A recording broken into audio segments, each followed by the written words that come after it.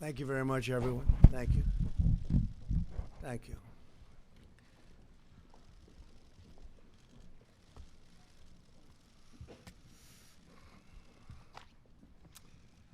Beautiful day in the Rose Garden.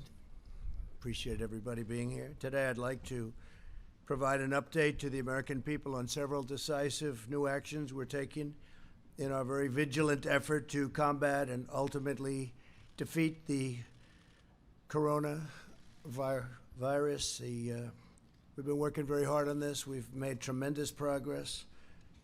When you compare what we've done to other areas of the world, it's pretty incredible. A lot of that had to do with the early designation and the closing of the borders.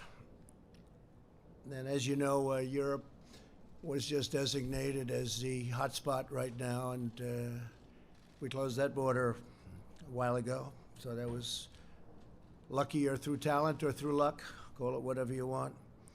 But through a very collective action and shared sacrifice, national determination, we will overcome the threat of the virus. I also announced Wednesday night, following the advice of our medical professionals, who are doing a tremendous job, and we appreciate it very much, that we're suspending the entry of foreign nationals who have been to Europe in the last 14 days from entering the United States. Citizens, permanent residents, and our families, any of the families returning from Europe, will be subject to extra screening as well as self-isolation for a period of 14 days. As the World Health Organization confirmed today, many of the things that what we said were 100% correct, including our designation before them of Europe. Like our earlier very aggressive actions with China, this measure will save countless lives. I appreciate a number of the folks behind me, number of the people behind me said that that saved a lot of lives, that early designation. But it is only the beginning of what we're really doing, and now we're in a different phase. We had some very old and obsolete rules that we had to live with. It worked under certain circumstances, but not under mass circumstances. They were there for a long time. They were in place for a long time, and we're breaking them down now. And they're very usable for certain instances, but not for this. To unleash the full power of the federal government in this effort today, I am officially declaring a national emergency. Two very big words. The action I am taking will open up access to up to $50 billion of very important and a large amount of money for states and territories and localities in our shared fight against this disease. In furtherance of the order, I'm urging every state to set up emergency operation centers effective immediately. You're going to be hearing from some of the largest companies and greatest retailers and medical companies in the world. They're standing right behind me and aside of me. I'm also asking every hospital in this country to activate its emergency preparedness plan so that they can meet the needs of Americans everywhere. The hospitals are very engaged. New York and various other places are also very engaged. I just spoke with Governor Cuomo. We had a very good conversation, and we're working very strongly with many states, including New York. The emergency orders I'm issuing today will also confer broad new authority to the Secretary of Health and Human Services. The Secretary of HHS will be able to immediately waive provisions of applicable laws and regulations to give doctors, all hospitals, and healthcare providers maximum flexibility to respond to the virus and care for patients. This includes the following critical authorities: the ability to waive laws to enable telehealth, a fairly new and incredible thing that's happened in the not so distant past. I tell you, what they've done with telehealth is incredible. It gives remote doctors visits and hospital check-ins, the power to waive certain federal license requirements so that doctors from other states can provide services in states with the greatest need. Number two, the ability to waive requirements that critical access hospitals limit the number of beds to 25 and the length of stay to 96 hours. The ability to waive the requirements of a 3-day hospital stay prior to admission to a nursing home, big thing. The authority to waive the rules to hinder hospitals' ability to bring additional physicians on board or obtain needed office space. They can do as they want. They can do what they have to do. They know what they have to do. Now they don't have any problem getting it done. The authority to waive rules that severely restrict where hospitals can care for patients within the hospital itself, ensuring that the emergency capacity can be quickly established. We'll remove or eliminate every obstacle necessary to deliver our people the care that they need and that they're entitled to. No resource will be spared, nothing whatsoever. 10 days ago, I brought together the CEOs of commercial labs at the White House and directed them to immediately begin working on a solution to dramatically increase the availability of tests. Other countries have called us and worked with us, and they're doing similar things or will be doing similar things. As a result of that action, today we're announcing a new partnership with private sector to vastly increase and accelerate our capacity to test for the coronavirus. We want to make sure that those who need a test can get a test very safely, quickly, and conveniently, but we don't want people to take a test if we feel that they shouldn't be doing it. And we don't want everyone running out and taking, only if you have certain symptoms.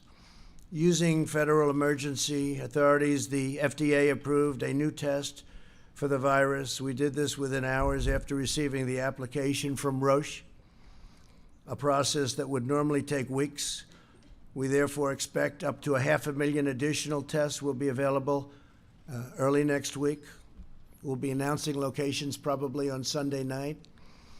I want to thank Roche, great company, for their incredible work. I'd also like to thank Thermo Fisher. The FDA's goal is to hopefully authorize the application within 24 hours. It'll go very quickly. It's going very quickly, which will bring additionally 1.4 million tests on board next week and 5 million within a month. I doubt we'll need anywhere near that. At the same time, we've been in discussions with pharmacies and retailers to make drive-through tests available in the critical locations identified by public health professionals. The goal is for individuals to be able to drive up and be swabbed without having to leave your car. I want to thank Google. Google is helping to develop a website. It's going to be very quickly done, unlike websites of the past, to determine whether a test is warranted and to facilitate testing at a nearby convenient location. We have many, many locations behind us, by the way. We cover this country and large parts of the world, by the way. We're not going to be talking about the world right now, but we cover very, very strongly our country, stores in virtually every location.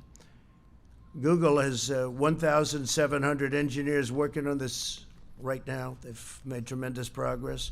Our overriding goal is to stop the spread of the virus and to help all Americans who have been impacted by this. Again, we don't want everybody taking this test. It's totally unnecessary. And this will pass. This will pass through, and we're going to be even stronger for it. We've learned a lot. Tremendous amount has been learned. I want to thank Deborah Birx, and I want to ask her maybe to come up and say a few words as to what's happening. Dr. Birx is a highly respected person I've gotten to know very well over the last 6 days. And what we've done is rebuilt something that was very old-fashioned, somewhat obsolete, certainly obsolete when it comes to the kind of numbers that we're talking about. Dr. Birx, please. Thank you, Deborah. Thank you, Mr. President. It's a pleasure to be here with all of you. I think you know at the beginning of this epidemic, HHS through CDC proactively developed an assay built on the existing flu surveillance system. That surveillance system was then converted to diagnostic system. But last Tuesday, seeing the spread of the virus around the globe, the President realized that our current approach to testing was inadequate to meet the needs of the American public. He asked for an entire overhaul of the testing approach. He immediately called the private sector laboratories to the White House, as noted, and charged them with developing a high-throughput quality platform that could meet the needs of the American public. We are grateful to LabCorp and Quest for taking up the charge immediately after the meeting, and within 72 hours, bringing additional testing access, particularly to the outbreak areas of Washington State and California, and now across the country. We are also very grateful to the universities and large hospital systems that took up the charge to develop their own quality tests, made available by new FDA guidance. This has resulted in expanded testing across New York, California, Washington, Colorado, and you see sometimes those drive-through options that have been made available through these high-throughput options. Following the meeting last week, major commercial laboratory equipment and diagnostic companies took immediate action to adopt and develop new testing systems. Last night, the initial company, Roche, received FDA approval, moving from request to development to approval in record time. This innovative approach centered fully on unleashing the power of the private sector, focusing on providing convenient testing to hundreds of thousands of Americans within short turnaround times. In less than 2 weeks together, we have developed a solution that we believe will meet the future testing needs of Americans. I understand how difficult this has been. I was part of the HIV/AIDS response in the 80s. We knew from first finding cases in 1981, it took us to almost 1985 to have a test. It took us another 11 years to have effective therapy. It is because of the lessons learned from that we were able to mobilize and bring those individuals that were key to the HIV response to this response. I understand that a lot of this behind-the-scenes action over the last couple of weeks was invisible to the press and the American people. But this intense effort has not only resulted in innovative solutions, but an automated, high-throughput system bringing the availability of these quality coronavirus testing to the American people at unprecedented speed. Finally, I want you to know in South Korea, they did have a large number of tests available over the last several weeks. Their positivity rate is between 3% and 4%. With LabCorp and Quest expanded testing, their positivity rate is between 1% and 2%. So we want to also announce this new approach to testing, which will start in the screening website up here, facilitated by Google, where clients and patients and people of interest can go, fill out a screening questionnaire, move down for symptoms or risk factors, yes. They would move down this and be told where the drive-through options would be for them to receive this test. The labs will then move to the high-throughput automated machines to be able to provide results in 24 to 36 hours. That is the intent of this approach. We have seen it work just in our own United States, and we want to bring this across the continent. Thank you very much. Thank you very much, Brett. I'd like to maybe have Tony, do you want to come up? You've become I think everybody out here knows you pretty well, but Tony has been doing a tremendous job working long hours, and you've seen a lot happen, but this has been, it's been a great experience, and working with you has been terrific. Tony, please. Thank you very much, Mr. President. This is an example of, another example of what I've been referring to in my discussions with many of you in the audience as a proactive, leaning forward, aggressive, trying to stay ahead of the curve. And what you're seeing now with this order is that we're going to be able to remove the constraints so that people at the state, the local level, the individual physician, all the way up through the federal government will have as many constraints as possible removed for them to do everything they possibly can so that we can implement the things that we've been talking about. The containment, the mitigation, so that, as I've said many times, that curve that I refer to that goes up, we don't want to have that curve. We want to suppress it down to that small mound.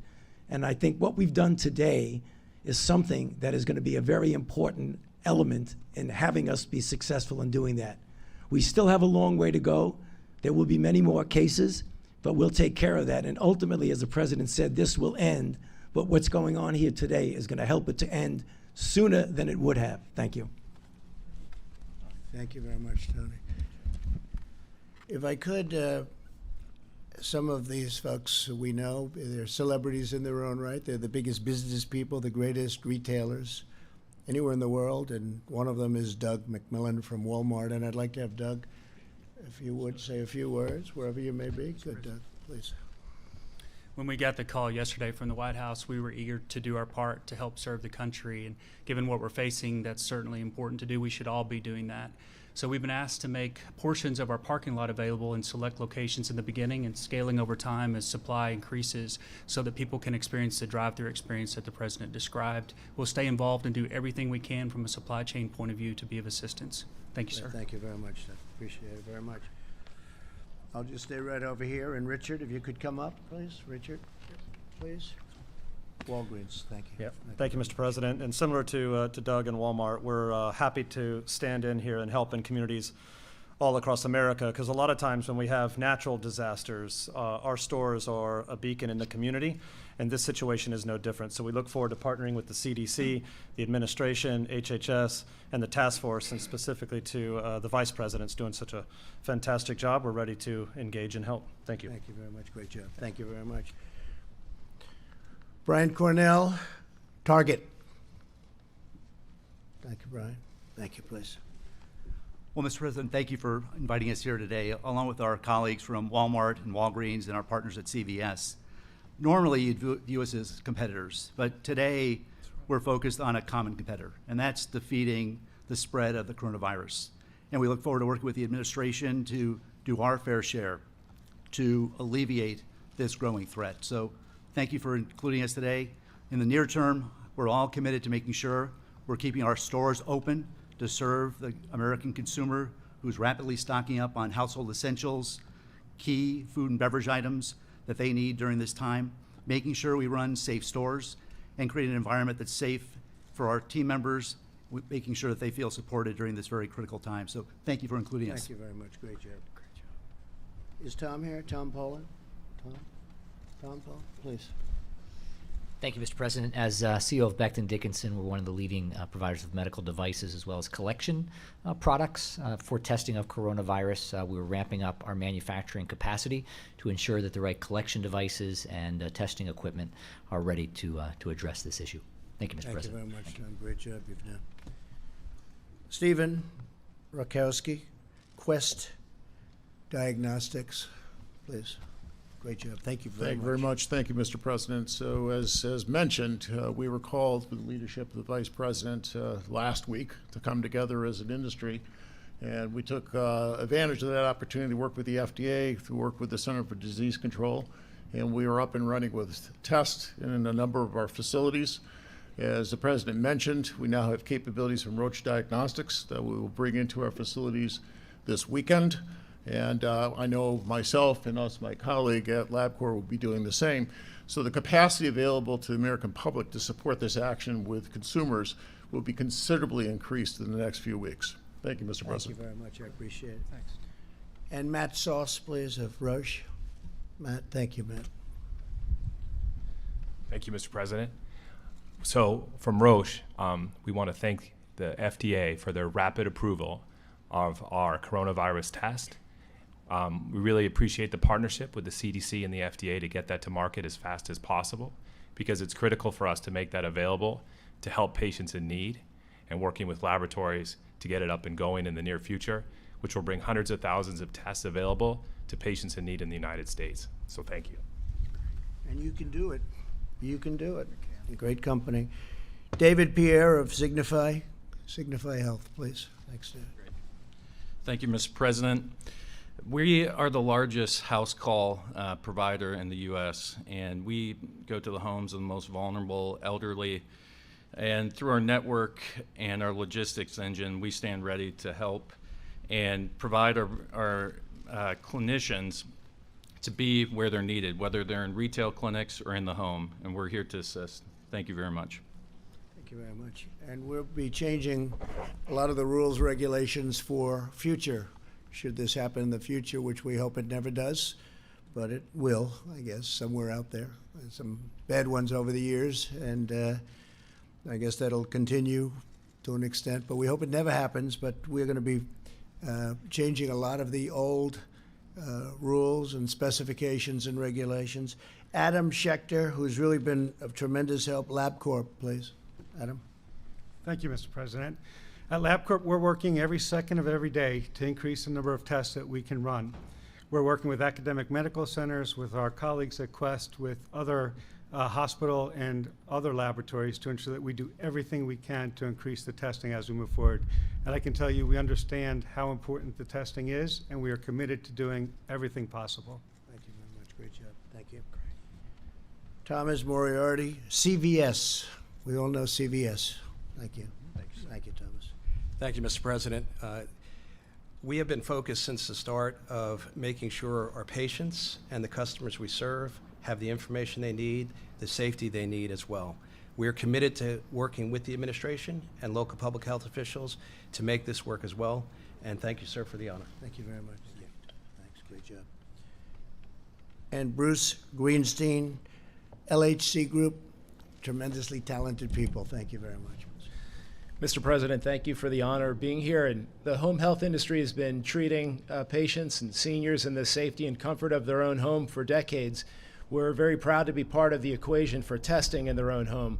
For Americans that can't get to a test site or live in rural areas far away from a retail establishment, we're here to help, to partner with our hospitals and physicians, as well as the people we have here today that will be doing testing around the country. Thank you. Thank you very much. Fantastic. We'll practice that. Okay, I like that. That's good. We're also announcing the following emergency executive actions today. To help our students and their families, I've waived interest in all student loans held by federal government agencies, and that will be until further notice. That's a big thing for a lot of students that are left in the middle right now. Many of those schools have been closed. Based on the price of oil, I've also instructed the Secretary of Energy to purchase, at a very good price, large quantities of crude oil for storage in the U.S. Strategic Reserve. We're going to fill it right up to the top, saving the American taxpayer billions and billions of dollars, helping our oil industry and making us even further toward that wonderful goal which we've achieved, which nobody thought was possible, of energy independence. It puts us in a position that's very strong, and we're buying it at the right price. And that's something that would have not even been possible a week ago. The price of oil went down quite a bit, so we're going to fill it up. There's a good time to fill it up. I'd like to ask Mike Pence to say a few words, please. VP. Thank you, Mr. President. It is this day should be an inspiration to every American, because thanks to your leadership from early on, not only are we bringing a whole of government approach to confronting the coronavirus, we're bringing an all of America approach. Mr. President, from early on, you took decisive action. You suspended all travel from China. You created travel advisories, South Korea and Italy. We screened all travelers from all airports in both of those countries. And on the unanimous recommendation of your health experts, you, at midnight tonight, will effectively suspend all travel from Europe, and Americans that were returning will be screened and asked to voluntarily participate in a 14-day quarantine. Throughout this process, Mr. President, you put the health of America first, but you brought the best of America to address it. And it's not just at the federal level. As you said, Mr. President, we've been working with states across the country. We issued broad guidelines from CDC for every American. But this week, at your direction, we tailored specific recommendations from CDC for New York, Washington State, California, Massachusetts, and Florida. And we've been in continuous contact, as you said, with governors around the country. And Mr. President, you have forged a seamless partnership with every state and every territory in this country to put the health of our nation first. But today, I trust that people around the country that are looking on at this extraordinary public and private partnership to address the issue of testing with particular inspiration. After you tapped me to lead the White House Corona Task Force, Mr. President, you said, this is all hands on deck. And you directed us to immediately reach out to the American business sector, commercial labs, to meet what we knew then would be the need for testing across the spectrum. And today, with this historic public-private partnership, we have laid the foundation to meet that need. For Americans looking on, by this Sunday evening, we'll be able to give specific guidance on when the website will be available. You can go to the website, as the President said. You'll type in your symptoms and be given direction whether or not a test is indicated. And then at the same website, you'll be directed to one of these incredible companies that are going to give a little bit of their parking lot so that people can come by and do a drive-by test. Mr. President, I want to join you in thanking Walmart and CVS and Target and Walgreens. These are companies that are synonymous with communities large and small, where people come together, and now they're going to come together to meet the needs of the American public. These commercial laboratories, LabCorp and Quest and Roche, have just done an incredible job stepping forward, and they're going to literally make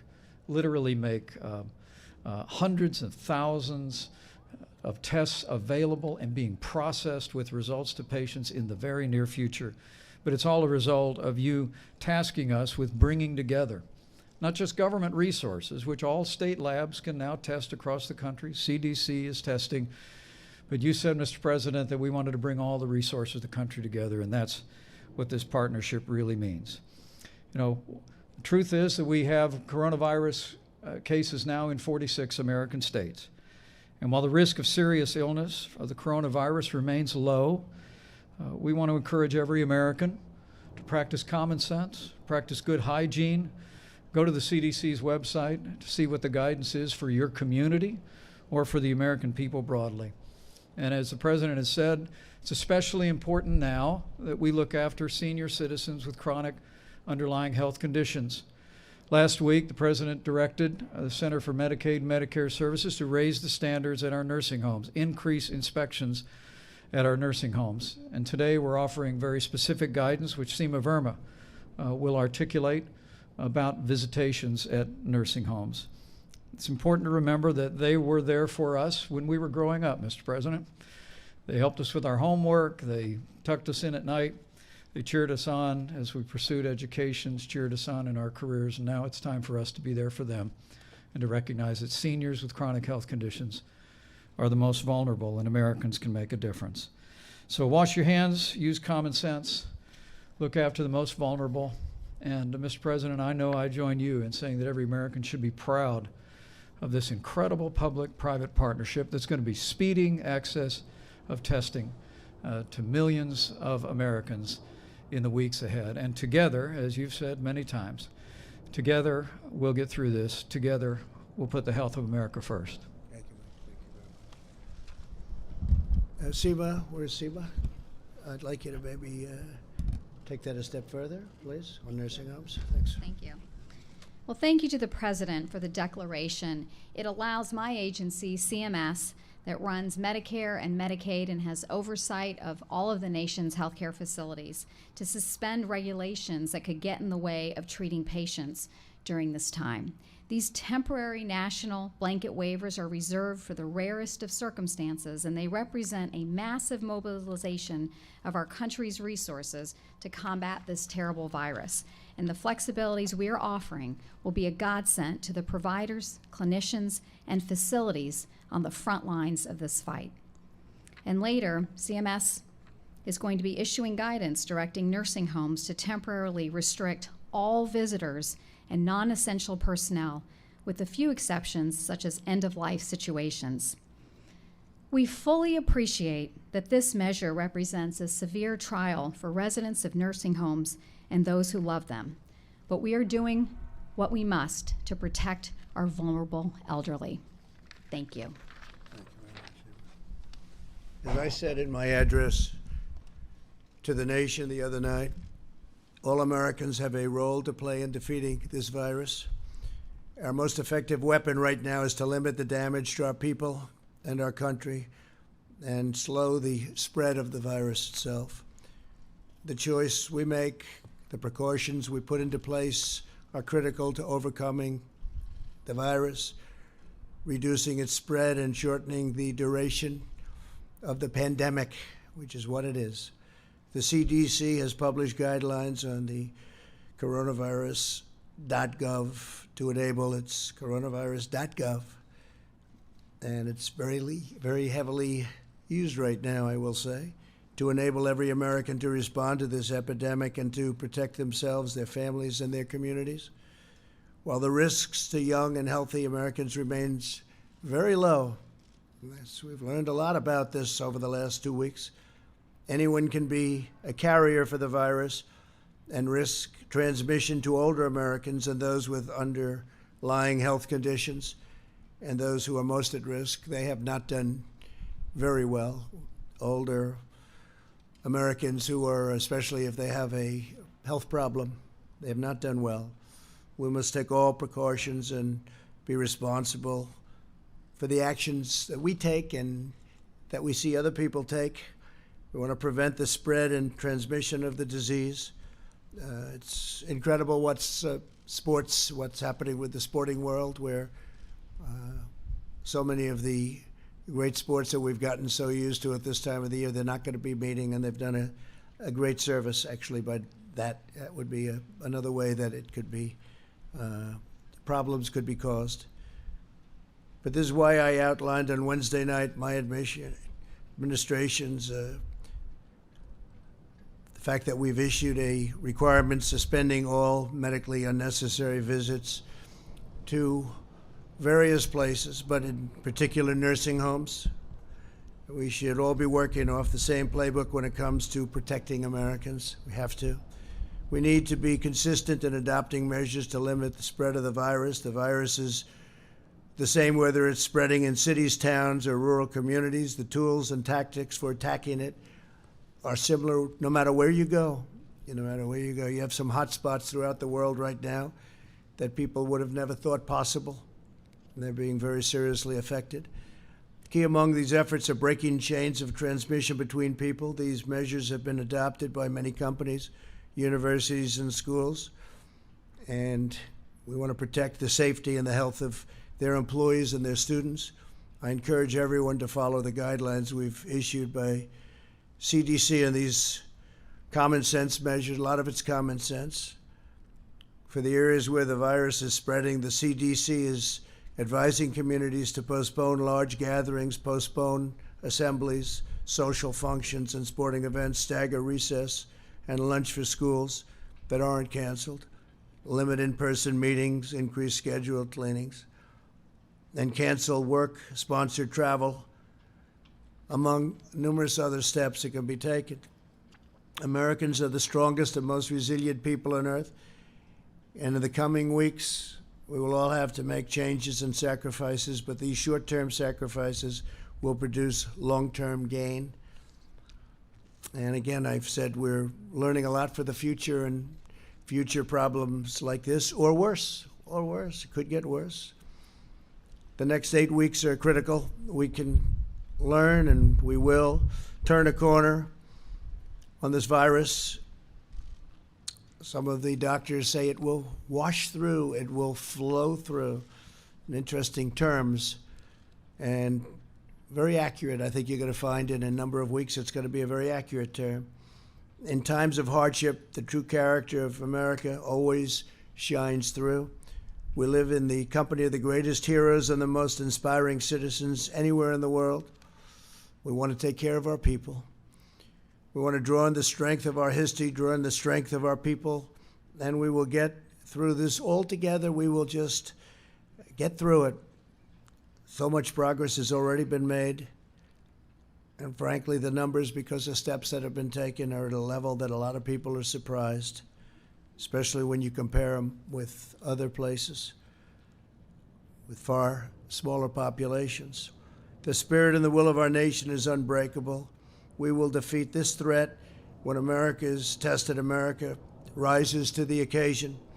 And to those families and citizens who are worried and concerned for themselves and their loved ones, I want you to know that Your federal government will unleash every authority, resource, and tool at its disposal to safeguard the lives and health of our people. So we're with you every step of the way. No nation is more prepared or more equipped to face down this crisis. As you know, we are rated #1 in the world. We're also helping other nations. Many other nations, we're helping them a lot. And they're doing okay in some cases. In some cases, they're not doing well at all. But we're working with a lot of groups of people and a lot of other nations. With faith and heart and hope and love and determination, we will succeed, we will prevail, we will be very, very successful, and we'll learn for the future. Thank you all very much. If you have any questions, we can take some. Go ahead, John, please. And if you'd like to ask some of the folks up here, would be fine, please. Sure. Mr. President, where are you with the House bill? Yesterday we talked to you in the Oval Office. You were opposed to it. What has happened since then, and what's the holdup on that? Well, we just don't think they're giving enough. We don't think the Democrats are giving enough. We're negotiating. We thought we had something, but all of a sudden they didn't agree to certain things that they agreed to. So we could have something, but we don't think they're giving enough. They're not doing what's right for the country. And if I could ask Dr. Fauci? Go ahead, please. Thank you, Mr. President. You just mentioned waiving interest for student loans. Yeah. You talked about buying oil from the SPR or adding to the SPR. What other specific targeted measures is your administration thinking about taking? The Treasury Secretary Steve Mnuchin said today that you're just in the second inning of things that you might be undergoing. That's true, and we are looking at many different things, as you know. You know some of them. They've been written about very widely, but we're going to be releasing a paper in about 2 hours stating quite a few other steps. Very important ones. Please, go ahead. What, sir, if you wouldn't mind? Please, go ahead. Thank you so much, Mr. President. I want to know if you are in contact with the Brazilian President Bolsonaro after a member of his delegation who was with you Saturday was tested positive. And also, I want to ask another question, if you let me. Senators Lindsey Graham and also Senator Rick Scott are self-isolating. Are you planning to take any kind of precautionary measure to protect you and also your staff who was there with him? We have no symptoms whatsoever, and we had a great meeting with the president of Brazil, Bolsonaro. Great guy, very tremendous. He's doing a fantastic job for Brazil, and as you know, he tested negative, meaning nothing wrong this morning, and we got that word too. Because we did have dinner with him. We were sitting next to each other for a long period of time. But are you in contact with him over the coronavirus crisis? We're talking about it country to country, but we did discuss if he had a problem. It was reported that he may have it, and he doesn't, fortunately. So much, Mr. President. Dr. Fauci said earlier this week that the lag in testing was, in fact, a failing. Do you take responsibility for that? And when can you guarantee that every single American who needs a test will be able to have a test? What's the date of that? Yeah, no, I don't take responsibility at all, because we were given a set of circumstances, and we were given rules, regulations, and specifications from a different time. Wasn't meant for this kind of an event with the kind of numbers that we're talking about. And what we've done is redesigned it very quickly with the help of the people behind me, and we're now in very, very strong shape. I think we'll be announcing, as I said, Sunday night, and this will start very quickly, and we'll have the ability to do in the millions over a very, very quick period of time. So no, and what we have done, and we are going to be leaving a very indelible print for the future in case something like this happens again. But it was and that's not the fault of anybody, and frankly, the old system worked very well for smaller numbers, much smaller numbers, but not for these kind of numbers.